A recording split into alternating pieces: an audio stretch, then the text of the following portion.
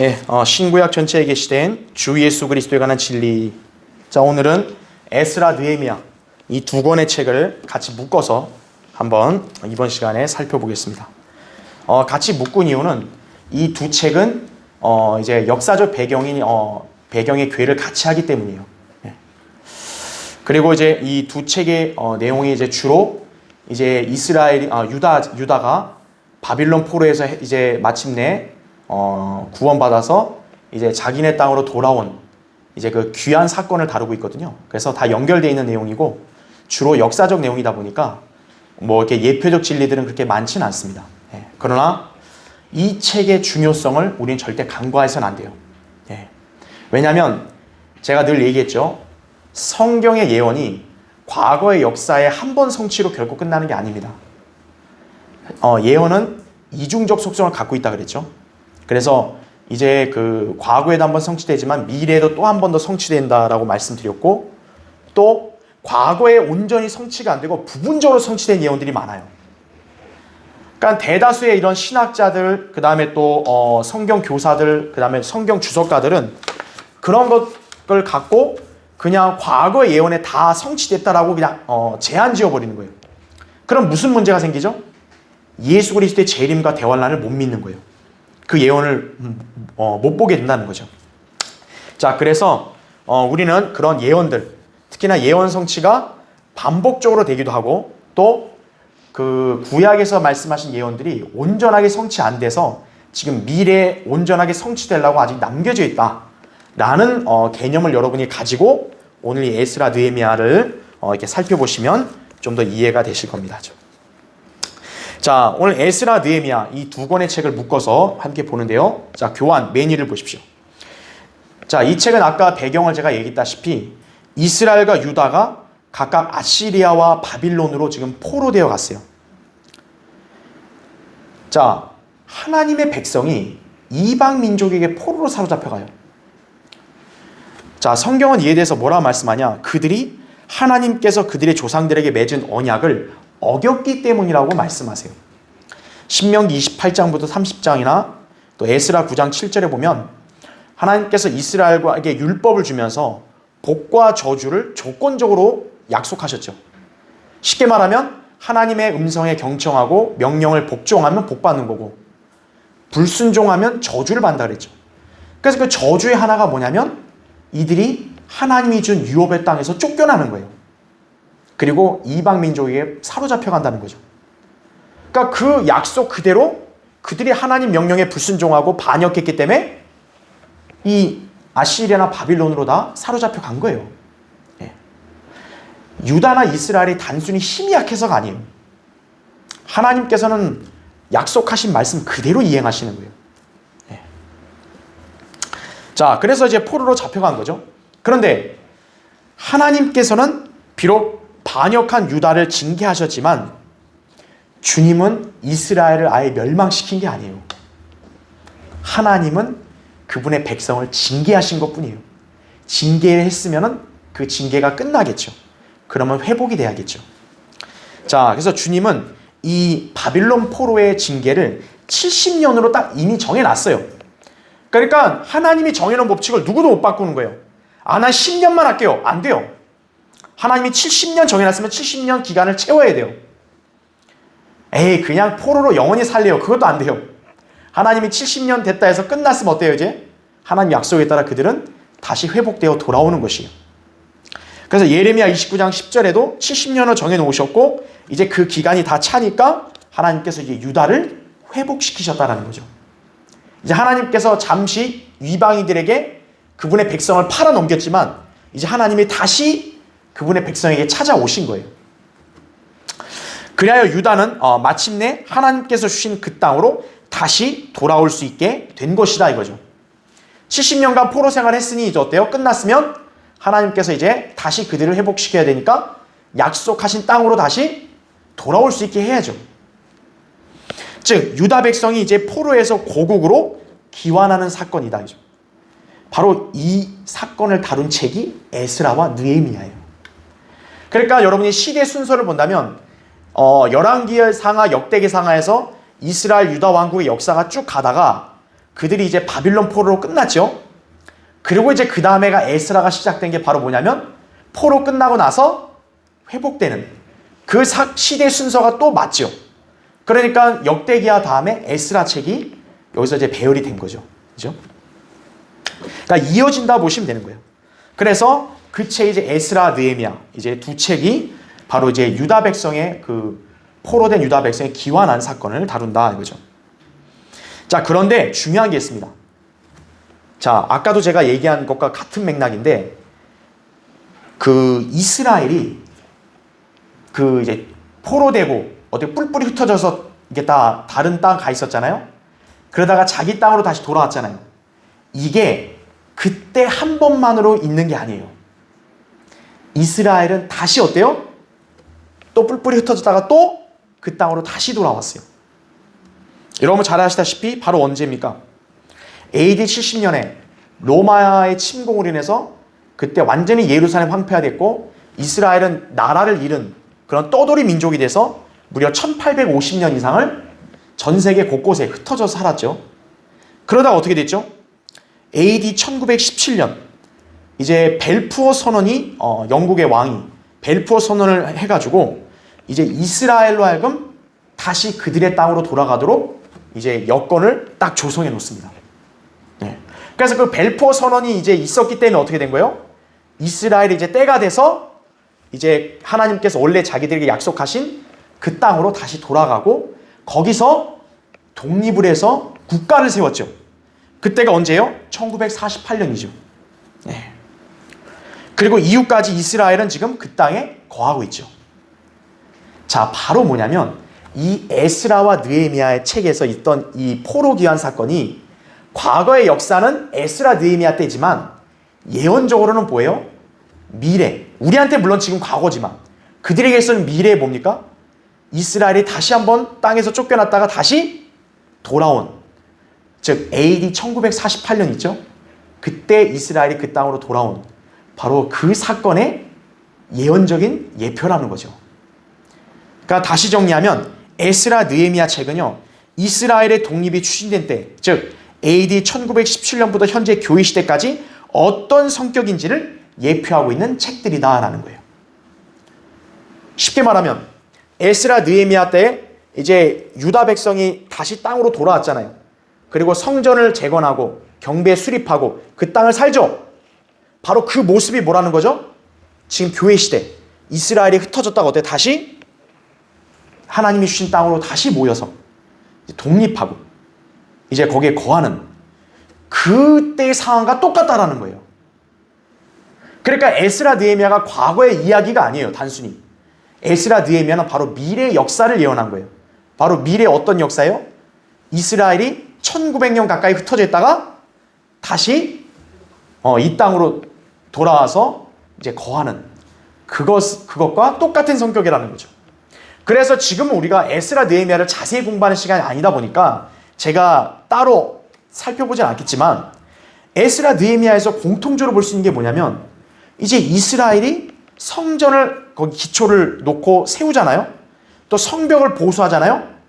그때 아랍계에 해당되는 사람들이 와서 또 방해를 해요. 마치 뭐랑 똑같죠? 이스라엘이 1948년 독립한 이래로 지금까지 어때요? 계속 이 아랍계, 특히 팔레스타인 사람들이 어떻게 합니까? 계속 이스라엘을 방해하고 대적하죠. 똑같은 거예요, 성격이. 그래서 여러분이 아셔야 될 게 에스라 느헤미야 책은 예언적인 시대는 어디와 비교해 볼 수 있다는 거예요?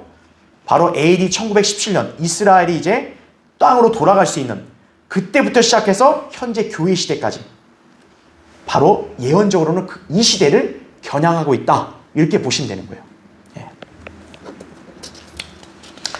자, 그래서 이 에스라 느헤미야 책은 말 그대로 지금 이스라엘 백성의 회복을 다루는 책이에요. 그러면 여러분이 항상 이렇게 이스라엘 회복 딱 이렇게 얘기를 들었을 때는 무엇을 늘 연상해야 되냐? 항상 여러분 잘 기억하세요. 성전입니다. 이스라엘의 회복에는 반드시 성전과 연관이 있다는 거 아셔야 돼요. 그래서 성전 재건, 이것을 우리가 항상 촉각을 곤두세우는 게 뭡니까? 지금 이제 앞으로 환란 성전이 이제 다시 재건돼야 될 거 아니에요, 그렇죠? 그게 바로 뭐냐면 이제 이스라엘 회복 때랑 멀지 않았다는 거죠. 성경의 예언 대환란과 재림이 멀지 않았다는 걸 보여주니까 그런 거죠.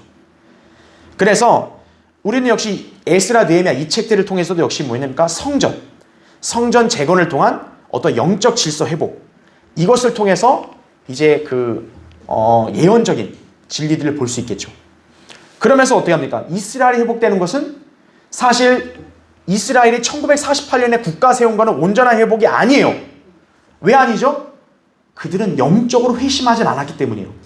국가만 딸랑 세웠지 그들은 영적으로 회심한 건 아니에요. 아직까지 그들은 예수님을 안 받아들이잖아요. 이스라엘 민족은.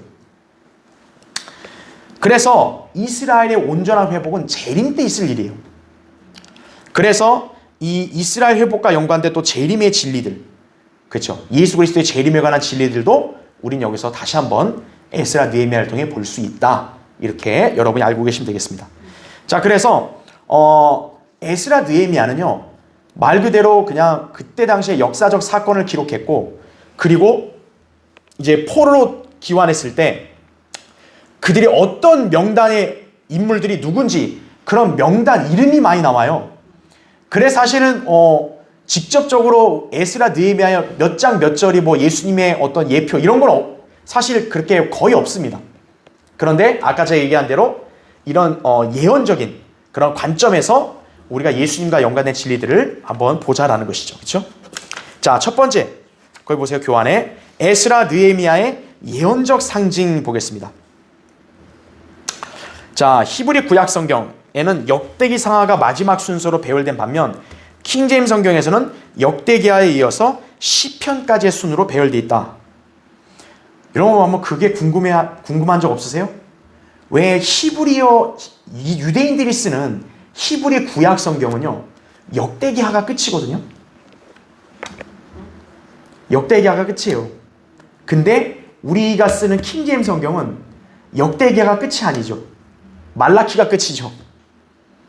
그럼 왜 순서가 다를까요? 히브리 성경하고 우리 성경하고. 성령님께서 교회 시대의 우리에게 더 향상된 조명을 비춰주신 거예요. 히브리 사람들, 아직 예수 그리스도를 구주로 믿지 않은 유대인들이 자기네 구약 성경을 보면 구약의 맨 마지막 책에는 뭐가 나와? 역대기하 마지막 말씀 나오거든요. 그들이 바빌론 포로에서 돌아온다는 말이 나와요. 그러니까 그들은 자기네 성경 마지막은 항상 그거밖에 못 보는 거예요. 하지만 우리 성경은 어떻죠? 역대기하 다음에 에스라가 나오죠. 그들은 자기네 땅에서 쫓겨나가지고 이방인의 압제에 있다가 자기네 성경 마지막에는 돌아온다. 이거밖에 안 보거든요. 근데 우리는 어때요? 바빌론 포로에서 돌아오고 난 그 이유가 어떤지까지 다 우리는 볼 수 있죠. 어떻게 보면 계시의 그런 어떤 점진적인 속성이 다르죠. 유대인들은 굉장히 조금밖에 못 보는 거예요. 왜냐하면 그들은 예수 그리스도와 신약을 거부하기 때문에. 우리는 볼 수 있는 거예요. 자, 그것을 한번 성경으로 비교해 볼게요. 자, 히브리 구약 성경은요 역대기하가 마지막이에요. 역대기하가 마지막 책이에요. 그래서 이 사람들은 자기네 성경 마지막 책에 있는 그 포로 귀환 이거밖에 못 보는 거예요. 포로 귀환, 즉 자기네 땅으로 돌아가는 거 이거밖에 못 보는 거예요. 근데 우리 킹제임 성경에는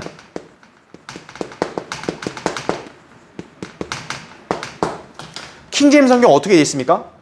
역대기하가 있죠. 역대기하 다음에가 뭐예요? 에스라, 느헤미야가 나오잖아요.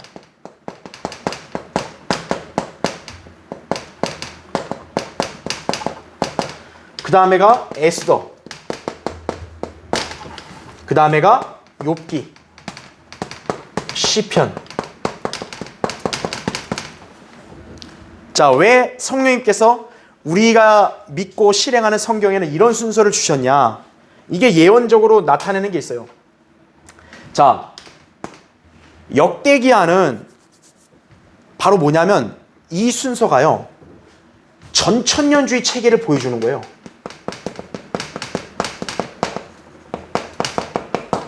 히브리 구약 성경에는 전천년주의적 세대주의를 못 봐요. 근데 우리 성경은 이 배열을 통해서도 전천년주의 체계를 볼 수 있다는 거예요. 왜 그러냐? 자, 아까 얘기했죠? 우리가 과거에 어떤 있었던 일들은 다시 한번 미래의 또 하나의 모형이 될 수 있다 그랬죠. 역대기하가 내용이 끝에가 뭐예요? 유다가 포로로 사로잡혀가서 그 땅에서 흩어지는 거죠. 그쵸? 다시 말하면 땅에서 쫓겨나는 거예요. 약속의 땅에서 쫓겨납니다. 자, 과거에 있었지만, 그지만 미래에도, 우리에게는 과거지만 미래 때도 역시 어때요? 그들이 약속의 땅에서 다시 한번 쫓겨났죠. AD 70년에 로마에 의해서 다시 한번 약속의 땅에 쫓겨났죠. 메시아를 거부한 것 때문에. 자, 그 다음 보세요. 에스라 느헤미야 때는 어떻게 됐어요? 이 사람들이 귀환을 했죠. 그쵸? 그 땅으로 다시 돌아왔죠. 한번 비교해 볼게요. 약속의 땅에서 쫓겨난 지가 AD 70년 로마 때문에 쫓겨났잖아요. 무려 1850년을 이스라엘은 자기 땅도 없이 뿔뿔이 흩어졌죠. 그러다가 언제 돌아왔어요? 1917년 때 벨포 선언 기점을 해서 48년의 땅으로 돌아왔죠. 지금 순서가 어때요? 역대기하에서 에스라 느헤미야 간 게 정확히 지금 미래의 역사도 어때요? 시대 순서로 그렇게 갔죠. 즉 이스라엘이 땅에서 쫓겨났다가 다시 그들이 그 땅으로 돌아왔죠. 그러면서 중요한 게 뭐냐면 이제 여기서 하나 안 된 게 있어요. 에스라 느헤미야 때는 그들이 약속의 땅으로 돌아와서 결국 무엇을 했죠? 성전을 재건했어요. 하지만 지금 이스라엘은 성전을 재건했어요? 안 했어요? 아직? 안 했죠. 그건 미래에 있을 일이에요. 분명히. 언젠가. 그쵸? 자, 성전 재건이 있을 거고. 자, 그 다음에 에스더는 어떤 책일까요? 에스더는 어떤 책이에요? 여기 보면 에스더는요, 페르시아의 아하수에로 왕 부인, 왕비죠. 그 왕비가 원래 이방인이었습니다. 근데 이방인 와스티가 어때요? 왕 앞에서 그 거만을 떨다가 쫓겨났죠. 이방인 왕비가 쫓겨나고 그 자리에 누가 들어옵니까? 에스더라는 유대인 처녀가 들어오죠. 자, 위치가 어때요? 에스더라는 책은 이방 여인에서 누구로 바뀌어요? 유대인 여인으로 바뀌어요. 바로 이거는 뭘 보여주는 거냐면 바로 교회 시대는 이스라엘 일부가 완고하게 돼서 복음이 이방인에게 주로 전파되죠. 그런데 이방인들의 충만함, 즉 죄악이 가득해지면 어떻게 돼요? 하나님께서는 이제 이방인에게서 다시 어디로 시선을 돌려? 유대인에게로 시선을 돌리죠. 그게 이제 교회 시대 끝, 휴거 있기 직전 아니에요. 에스더는 바로 그런 예언적 진리를 우리에게 가르쳐준다는 거예요. 바로 에스더란 책이 이방 여인이 주목받는 왕비였는데 유대인으로 대체됐단 말이에요. 즉 하나님의 관점에서 이방인이 관심이었다가 이제 어떻게 돼요? 이방인이 죄악이 꽉 차니까 유대인으로 관심을 돌리죠. 그게 교회 시대 끝이고 이제 대환란, 유대인의 경륜으로 다시 넘어가는 때죠. 에스더가 바로 그 책이라는 거죠. 그 다음에 에스더 다음에 어떤 책이에요? 욥기. 자, 욥기는 여러분 잘 아시죠? 무슨 책입니까? 바로 대환란 때를 보여주는 책이죠. 욥이 박해받는 자죠. 그렇죠? 박해받는 자. 대환란 때 유대인들이 박해를 받죠. 그리고 욥은 어느 지역 사람입니까? 우스 땅. 우스 땅이 바로 오늘날 에돔 땅이에요. 유대인들이 박해받는데 그 박해로부터 이제 유대인이 도망가면 어디 거합니까? 바로 에돔 땅에 있는 셀라 페트라로 도망가죠. 유대인 남은 자들이. 그래서 욥기의 책의 욥은 바로 대환란 때 고난받는 유대인 남은 자의 예표인 거예요. 그러니까 지금 에스더가 교회 시대 끝 환란 직전을 시대를 겨냥했고 에스더 다음 욥기는 대환란을 지금 겨냥하죠. 그렇죠? 그 다음에 욥기 다음에 시편은 어떤 책이에요? 시편은 찬양의 책입니다. 그래서 시편은 2편부터 뭐가 나오냐? 왕이 통치하는 게 나와요.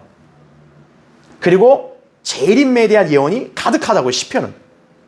그리고 메시아께서 왕으로 통치하는 예언들도 가득해요.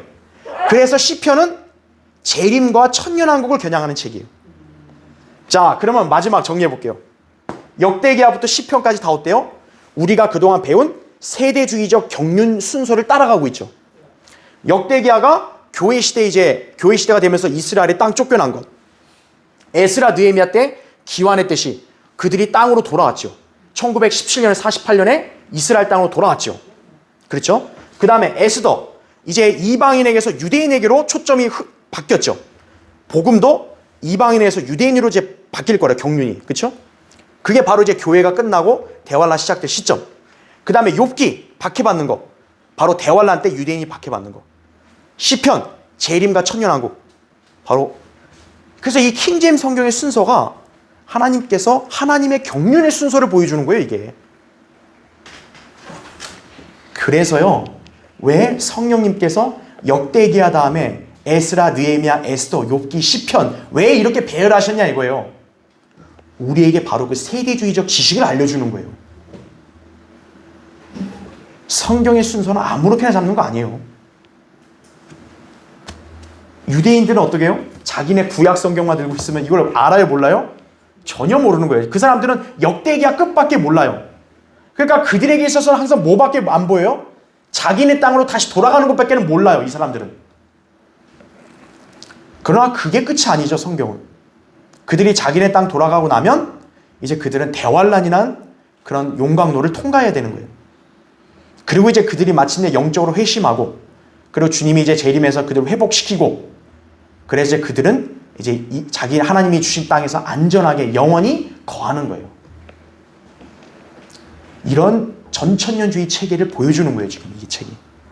그러니까 여러분은 에스라, 느헤미야를 볼 때 바로 여러분이 시대를 어디를 겨냥해야 되는 거예요?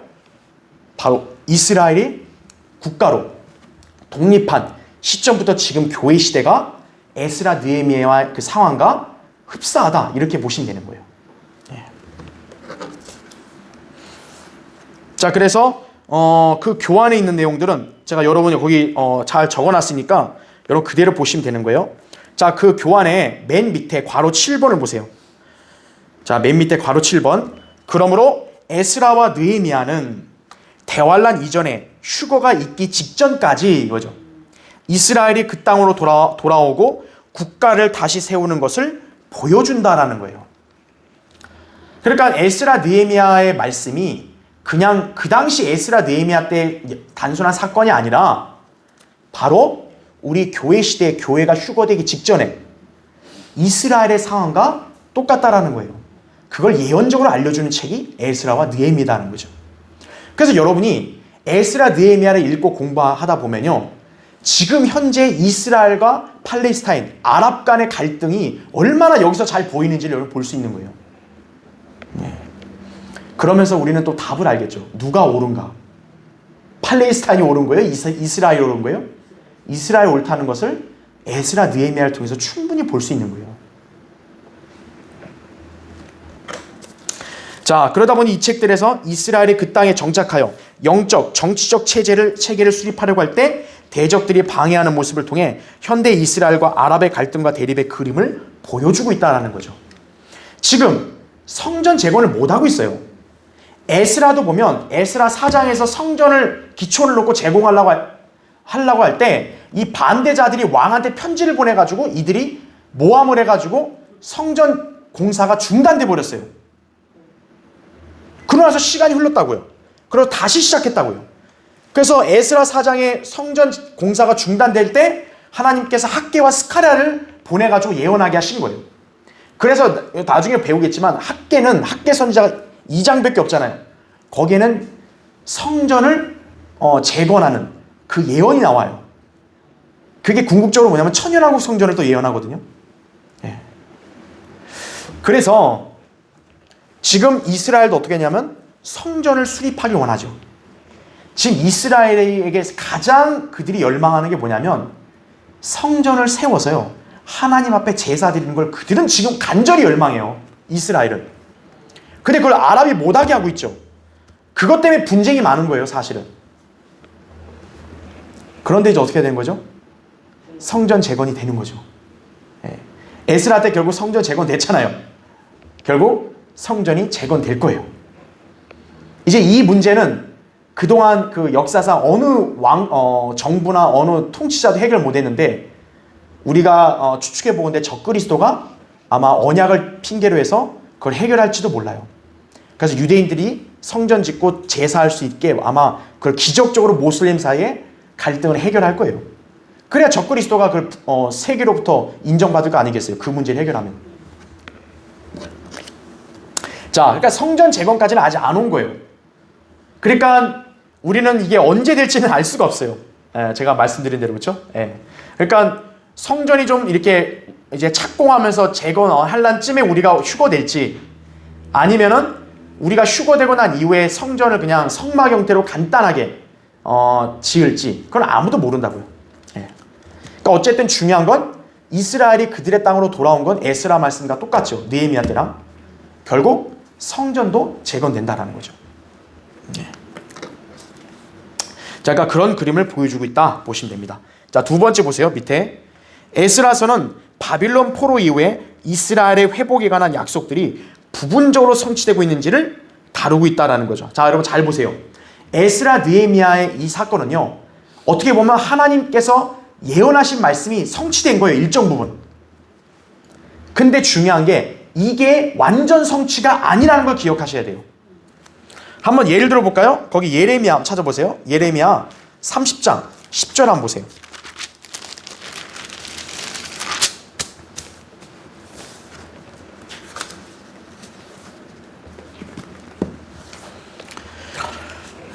예레미야 30장 10절.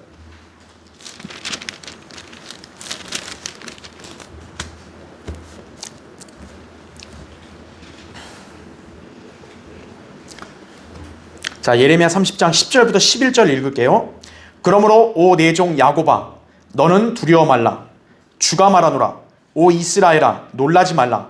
보라, 내가 너를 먼 곳으로부터 내 씨를 그들이 사로잡힌 땅으로부터 구원하리니. 이거죠. 자, 하나님께서 이스라엘에게 먼 곳, 내 씨를 사로잡힌 땅으로부터 구원한다 그러죠. 보세요. 야곱이 돌아와서 편히 쉬고 평안할 것이요, 아무도 그를 두렵게 하지 못하리라. 이렇게 말씀합니다. 자, 여러분 이 말씀을 보면요, 야곱이 분명히 돌아온다는 말을 해요. 그러니까 실제로 이스라엘이 자기네 땅으로 돌아왔잖아요. 에스라 느헤미야 때. 성취는 맞아요. 근데 중요한 건 그 뒤에 뭐라고 돼 있어요? 편히 쉬고 뭐라 그래요? 평안할 것이요. 이거는 지금 성취가 안 된 거예요. 실제 이스라엘이 땅 돌아오고 나서 평안한 적 있었나요? 지금까지도 이스라엘은 평안한 적이 없죠. 최근에도 그 하마스랑 막 피 터지게 전쟁했잖아요. 그래서 이 예언은 에스라 느헤미야 때 일정 부분, 정말 부분적으로 성취는 됐지만 온전한 성취는 아니라는 거예요. 그러면 온전한 성취는 언제 이루어지겠어요? 당연히 재림 때. 그렇죠? 재림 때 이루어지고 천년왕국 때 이스라엘은 여기 있는 그대로 진짜 안전하고 평안하게 거할 것이라고요. 이제. 그러니까 또 그 외에도 신명기 30장 1절부터 5절, 열왕기상 8장 40절 49절 보면 거기에도 분명히 이스라엘이 다시 회개하면 그들의 땅으로 돌아온다 말씀했거든요. 그러니까 그 말씀이 돌아오는 것만을 볼 때는 에스라 느헤미야 때 성취된 것도 맞다고 할 수 있지만 온전히 성취는 아니라는 거죠. 왜냐하면 제가 아까 얘기했죠. 이스라엘이 지금 땅으로 돌아와서 국가를 세웠지만 이스라엘은 회개했어요, 안 했어요? 회개 안 했어요. 그들은 자기들의 메시아를 십자가에 못 박은 걸 절대 아직도 회개 안 했어요. 예수 그리스도를 인정 안 하잖아요, 그들은 아직도요. 그러니까 이거는 온전한 회복이 아니라는 것이, 그걸 우리가 잘 기억해야 합니다. 그래서 그 약속들이 온전히 성취될 날은 언제 있어요? 바로 미래에 있을 거다라는 것이죠. 자, 그 다음 페이지 보세요. 자, 그래서 미래에 있다고 할 때 그 교환의 메뉴에 보면 이사야 11장 11절 거기 제가 표시해놨죠. 거기 보시면 그날에는 주께서 다시 두 번째로 손을 펴사 남아있는 그의 백성의 남은 자들을 회복시켜 아시리아와 이집트와 파드로스와 쿠스와 엘람과 시날과 하맛과 바다의 섬들로부터 돌아오게 하실 것이라. 이렇게 말하죠. 그러니까 이스라엘이 한 번 이제 뿔뿔이 흩어지고 징계받아 흩어졌다가 한 번 회복됐어요. 그렇죠? 근데 한 번 회복으로 끝난 게 아니라는 거예요. 다시 한 번 더 어때요? 그들은 또 징계받아 흩어지는 거죠. 근데 주님이 두 번째로 손을 피면 다시 또 남은 자들이 돌아온다라는 거죠. 그래서 우리는 이렇게 알아야 돼요. 이스라엘이 땅에서 쫓겨났다가 다시 들어오는 게 한 번만 있는 게 아니라는 거예요. 결론부터 말씀드리면 3번 있는 거예요.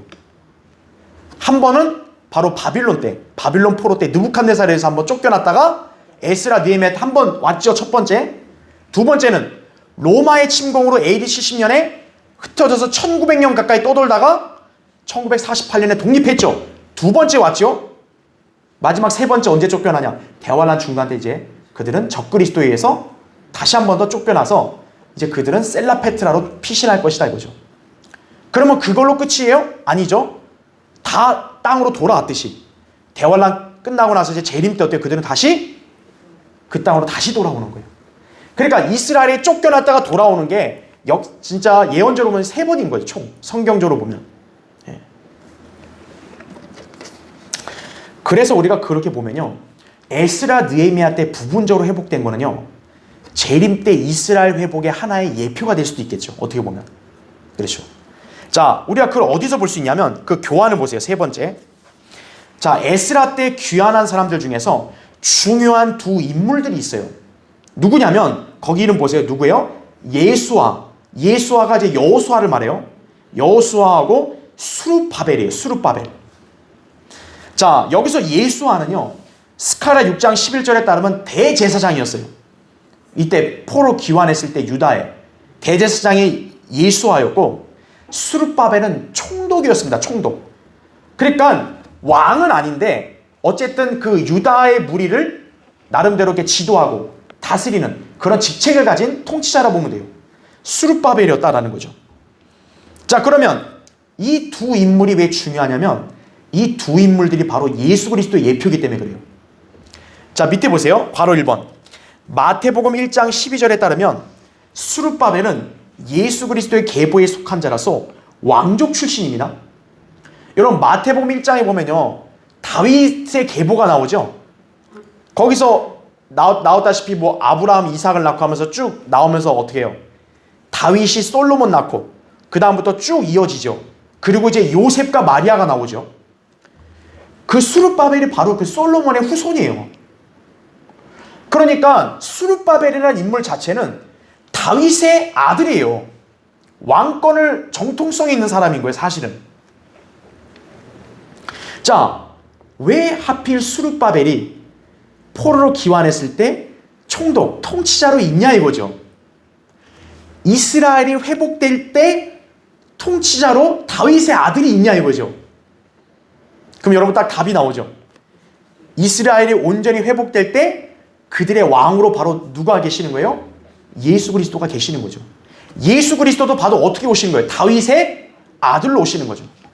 수룹바벨은 바로 그런 점에서 예수 그리스도의 예표가 되는 거예요. 자, 여코냐, 시드키야 때 유다는 이미 멸망했습니다. 왕권은 끝났어요. 하지만 이스라엘이 회복될 때 그들을 인도하는 통치자가 다윗의 왕통에 속한 사람이다라는 거죠. 하필. 바로 재림 때 이스라엘을 회복하고 그들을 다스릴 다윗의 아들 예수 그리스도를 예표한다라는 거죠. 우리가 기억해야 될 게 수룹바벨은 진정한 왕이라 할 수 없어요. 왜 왕이라 할 수 없죠? 여코냐는 저주를 받았잖아요. 예레미야 22장 30절 예전에 우리 한번 살펴봤었죠? 거기 보면 하나님께서 여코냐의 씨를 저주하셨죠. 그래서 앞으로 코냐 네 대에는 왕이 될 사람이 나오지 않는다 그랬어요. 그래서 코니아 후손들은 왕권의 정통성이 없는 거예요. 솔로몬이 왕권의 정통성이 있지만 그 후손인 여코냐 이후부터는 없어요. 그래서 수룹바벨도 왕이 될 수는 없는 거예요. 총독으로 통치자는 되지만 왕은 못 되는 거예요. 그래서 이 수룹바벨 후손이 누구예요? 마리아의 남편 요셉이죠. 그래서 요셉도 왕권의 정통성이 없는 거예요. 그래서 만약에 예수님이 요셉의 아들로 나타나셨다면 예수님은 왕이 될 수 있어요? 없어요?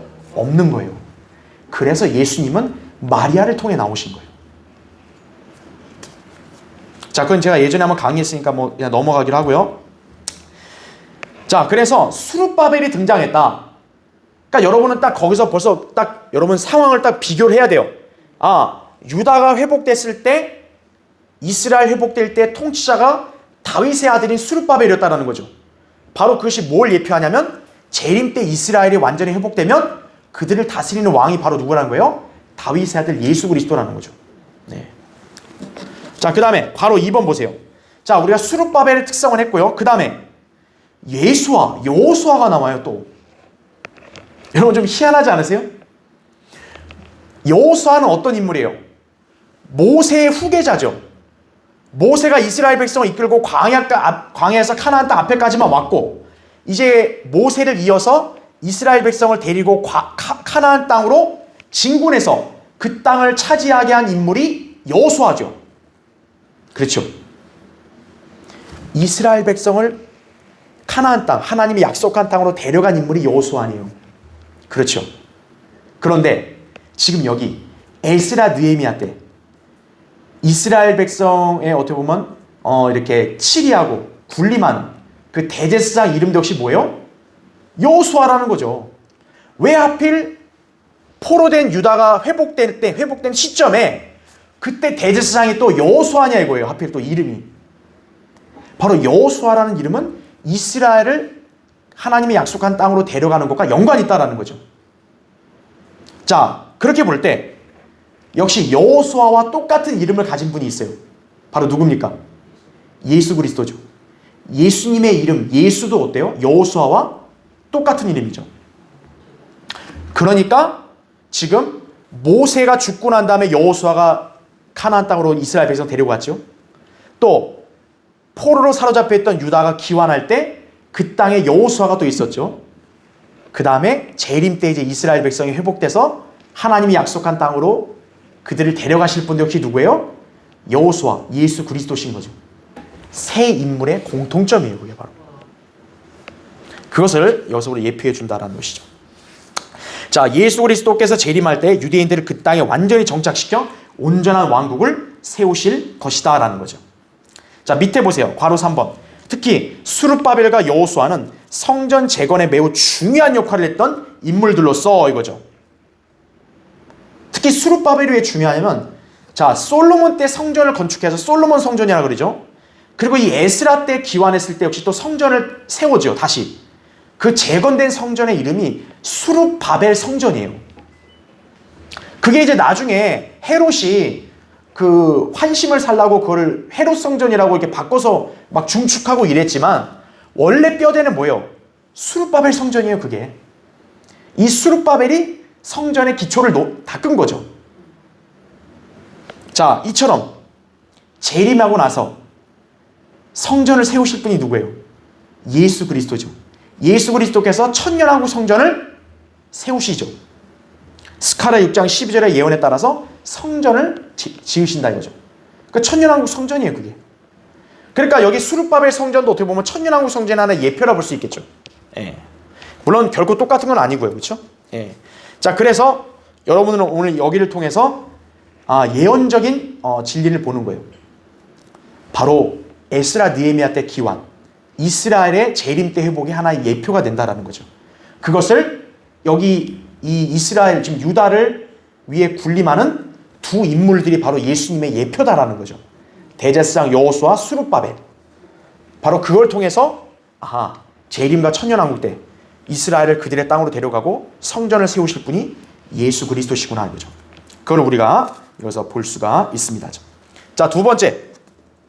자, 그래서 제가 지금 여러분한테 아까도 얘기했다시피 이 에스라 느헤미야를 공부할 때 제일 중요한 게 성전 재건, 그 다음에 이스라엘 성읍을 복원하는 거예요. 그래서 이 성전을 재건하면서 역시나 또 뭘 지키냐면, 여러분 거기 에스라 한번 찾아보세요. 에스라 3장을 보세요.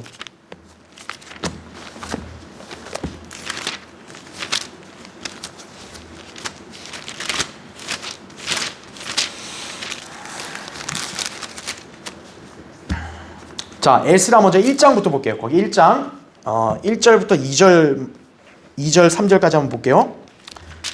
자, 1장 거기 1절부터 3절 보면, 페르시아의 코레스 왕 제1년에 예레미야의 입을 통한 주의 말씀이 이루어지게 하시려고 주께서 페르시아의 코레스 왕의 영을 감동시키시니 그가 그의 왕국 전역에 포고하고 글로도 써서 말하기를 페르시아의 코레스 왕이 이같이 말하노라. 하늘의 주 하나님께서 세상의 모든 왕국들을 내게 주시고 내게 명하여 유다 예루살렘에 있는 전을 그를 위하여 건축하라 하셨도다. 3절 보세요.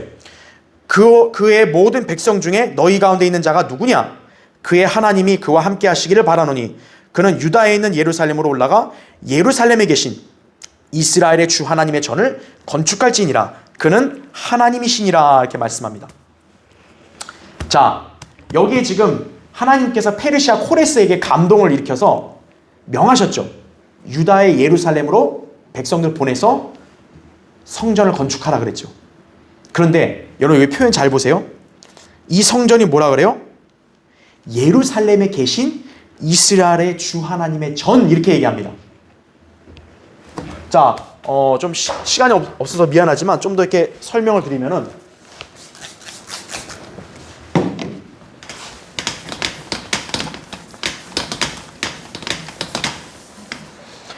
자, 하나님이 어디에 계신다 그래요? 예루살렘에 계신다 그랬죠? 그 다음에 이스라엘의 주 하나님의 전, 그럽니다. 자, 이 전을 얘기할 때 우리가 이제 성전을 얘기하는데, 보통 교회들, 카톨릭은요, 성전을 갖다 그냥 교회 건물로 이렇게 여기는 거예요. 전혀 말도 안 되는 소리죠.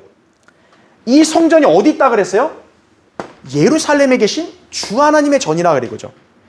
예루살렘의 성전이 실질적 물리적인 문자적인 성전을 말하는 거예요, 지금. 그래서 이 성전이 유다가 땅으로 기환했을 때 다시 재건했던 것처럼 다시 재건한다 이거죠, 이스라엘이. 예. 그리고 주님이 다시 세우신다라는 거죠. 지금 신약 시대는 성전이 어때요? 지금은 건물이 아니라 우리 그리스도인의 몸이 성전이죠. 왜냐하면 구원받은 사람 영이, 성령님이 그 영 안에 계시기 때문에. 그러니까 하나님의 영이 우리 안에 계시니까 우리 몸이 성전이에요, 지금은. 고린도전서 6장 19절이나 3장 16절에 따라. 하지만 여기서 말씀하는 성전은 결코 신약 교회와는 아무 관계 없다 이거죠. 예루살렘에 계신 이스라엘의 주 하나님의 전이에요. 즉 다시 말하면 하나님께서는 앞으로 어디 계시는 거예요? 예루살렘에 계시는 거예요, 천년왕국 때. 자, 그거는 이제 그렇게 보고요. 그래서 이제 그 교환을 보시면 첫 번째 그 제가 거기 설명한 내용들이 그대로 나오니까 잘 보시면 됩니다. 에스겔 43장 7절, 48장 35절 보면 천년왕국 성전 때 예루살렘의 이름은, 성전의 이름은 주께서 거기 계시다 이거예요. 하나님이 거기 계신다 이거죠. 그렇죠? 자, 두 번째 보세요. 이스라엘 백성이 예루살렘에 모여 주께 제단을 쌓고 장막절을 지키게 된다 그럽니다. 에스라 거기 3장 4절 한번 보세요. 그들이 기록된 대로 장막절도 지키고 이렇게 말이 나와요. 자, 왜 하필요? 이스라엘의 회복과 성전을 지으고 그 다음에 장막절을 얘기했을까 이거예요. 장막절. 자, 장막절은 중요하다 그랬죠. 예수 그리스도의 초림과 재림의 날짜, 시기를 알려주는 절기예요, 이게. 자, 왜 그런지 보세요. 그 밑에 괄호 1번. 성경에서 태양은 예수 그리스도의 예표라 그랬죠. 말라키 4장 2절이나 시편 19편 5절에 보면 태양은 예수님의 예표예요. 그래서 태양의 움직임을 살펴보면서 그리스도의 초림과 재림의 날짜를 가늠해 볼 수 있다는 거죠. 특히 지구의 위치는 태양이 넷째 날에 창조되었음을 설명해 준다라고 했습니다. 제가 예전에 한번 여러분한테 그 태양, 그쵸? 추분에 대한 얘기를 했잖아요. 그쵸? 9월 20일부터 23일, 4일이죠. 태양이 정확히 넷째 날에 창조돼서 지구의 위치와 그렇게 4일 간격 차이가 있다고 그랬죠. 바로 그때가 추분이라 했죠. 추분. 서로 차이가 있는데 태양과 지구가 딱 일치되는 시점이 추분이라 그랬죠. 그게 9월 20일에서 23일경. 바로 그때가 장막절인 거예요. 자, 성경에서 태양이 예수님의 예표라 그랬죠. 예수님께서 지구, 땅은 세상을 예표하죠. 거기에 나타나신 때, 주님이 나타난 때, 추분, 바로 9월경인 거예요. 크리스마스는 얼토당토하는 소리 하는 거예요. 그럼. 예수 그리스도는 장막절에 나타나시는 거예요. 그래서 9월경이라 이거죠. 9월경. 그래서 예수님이 재림, 세상에 다시 나타나는 재림 때도 9월경이고 초림도 역시 몇 월경인 거예요. 그래서 9월경인 거예요. 예수님 탄생한 날은. 자, 바로 2번 보세요. 거기 교환에. 장막절이 유대력으로 따지면 7째 달에 있다 그래요. 7째 달에 있죠. 성경에 보면. 근데 태양력으로 보면 그게 언제냐면 9월이에요. 여러분 이제 영어로 9월을 September라고 그럽니다. 그 September의 앞에 SEP, 셉이 어떤 의미냐면 숫자 7을 나타내는 거예요. 그러니까 우리가 9월이라고 말하지만 실제 그건 뭐예요? September는 7째 달을 말하는 거예요. 지구와 태양의 위치가 겹치는 추분 9월 20일에서 23일경이다 이거죠. 그래서 예수님의 탄생 달, 또 예수님이 앞으로 재림하신 달 9월경이에요. 그래서요. 자, 괄호 3번. 그리스도께서는 약 30세, 그것도 40일이 지난 뒤 3년 반 공생의 사역을 시작하셨다 이거죠. 이 약이란 단어가 그리스도의 출생 일자를 알려주고 있다는 거죠. 주님의 42개월간의 사역. 자, 언제 시작합니까? 9월에서 시작을 하죠. 또 9월에 이르고 또 9월을 지나 마지막 9월에 이르게 되는데 여기서 6개월을 더 지나게 되면 6월절이 된다 그죠. 6월절이 정확히 주님이 십자가에 못 박힌 날 아니에요. 그렇죠? 그러니까 예수님의 사역은 3년 반인 거예요. 약 30세의 사역을 시작해서 3년 반인데 3년 반 지나니까 6월절이 된 거예요. 그러면 역으로 돌아가면 당연히 뭐예요? 예수님이 사역을 시작한 때는 역시나 장막절이라는 거예요.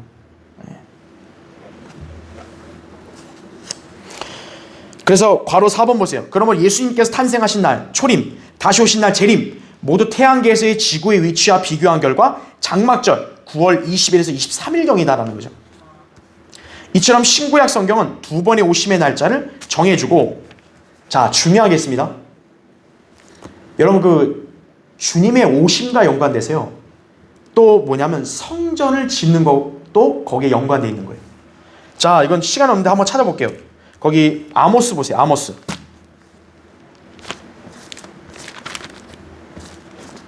아모스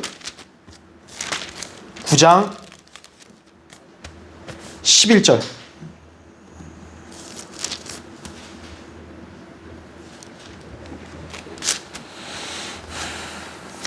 아, 죄송합니다. 사도행전 15장을 보세요. 사도행전 15장을 한번 더 볼게요. 15장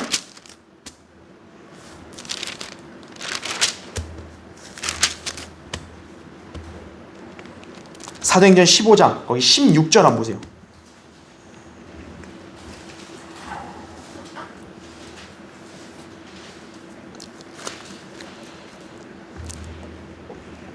사도행전 15장 16절. 2일 후에, 이게 이제 아모스 9장 11절을 인용한 거예요. 내가 다시 돌아와서 쓰러진 다윗의 장막을 다시 세울 것이며 또 거기에 파괴된 것들을 다시 세워 일으키리라 이거죠.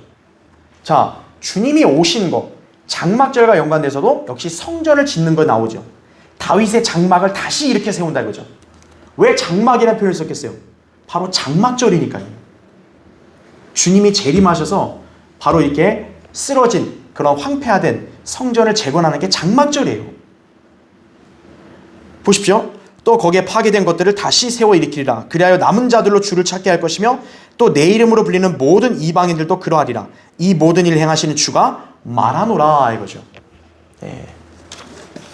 그래서 이 에스라 느헤미야 때 유대인들이 땅으로 귀환하고 성전을 재건하고, 어떻게 보면 그것이 주님의 재림과 그 다음에 또 다시 또 성전을 짓는 것, 이거에 대한 하나의 예표가 될 수 있다는 것이죠. 그렇죠? 자, 그래서 에스라 느헤미야, 이제 마지막, 여기는 교환은 없지만 하나만 언급하고 마칠게요. 에스라와 느헤미야 책의 약간의 차이가 뭐냐면, 에스라는 성전 재건을 강조합니다. 성전은 하나님을 섬기는 경배의 장소죠. 즉 영적 회복을 강조하는 게 에스라예요. 실제 에스라도 직분이 뭐냐면 서기관이거든요. 서기관은 성경을 가르치는 사람 아니에요. 그렇죠? 그러니까 에스라란 책 성격에 맞게 서기관이다 보니까 영적 회복을 강조하는 책이에요. 즉 이스라엘이 그 땅으로 돌아왔을 때 가장 먼저 해야 될 게 뭐라는 거예요? 이스라엘 회복에서는 영적 회복이 우선이라는 거죠. 그래서 에스라 책이 먼저 온 게 바로 에스라를 통해서 이스라엘이 영적 질서를 먼저 회복해야 된다는 거죠. 그러니까 경배를 드리려면 성전이 있어야 될 거 아니에요. 그렇죠?